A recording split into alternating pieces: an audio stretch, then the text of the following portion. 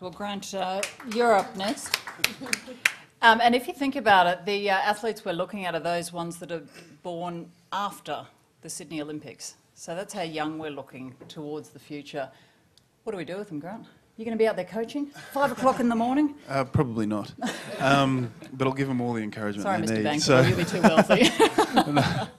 no, I think the most important thing, I think James articulated it perfectly there with that funding needs to go to all levels of sport, and it's critical. And talking about coaches before, I had the same coach for both Athens and 2000 Olympics, Dennis Cottrell, for 21 years. This is a guy who's getting paid $45,000 a year to coach, and he's my coach. While I was doing well out of sponsorship, which I passed down to him, but certainly you've got to consider all factors when it comes to creating elite sportsmen, and that starts at grassroots, it starts at funding coaches, it starts at having good facilities, high-performance facilities, not just the AIS in Canberra, but making sure that the institutes in New South Wales, the Academy of Sport in Queensland, Victorian Institute of Sport, all have enough money to be able to supply athletes what they need. I mean, for me, my training schedule each day, I swim 15 kilometres, an hour and a half in the gym and eat 9 meals. And I do that 6 days a week. So, to do that, that's well, it's a full-time job, and it's a full-time commitment, not only from me, but all the people that surround me, such as my wife and family, etc. So it puts a lot of pressure on everybody. So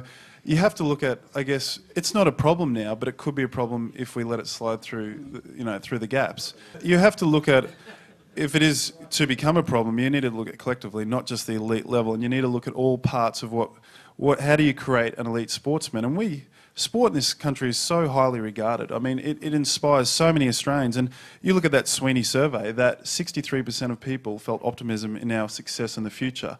So not only are sports enthusiasts there, but people who don't even care about sport think it is, probably an opportunity for their children to inspire, to get out of, playing video games, to get out, play sport, be active, be role models within society. And I think another critical aspect, and I think this needs to be looked at more in sport, and I think it's great what the US does with their collegial system. They combine education, they combine great training facilities and coaches and elite sportsmen, and they're getting educated at the same time. I think we have a problem with people putting their eggs in one basket, and we need to spread that out and educate our swimmers and other athletes so they can make a smooth transition from sport into other life and have the confidence to be able to do so.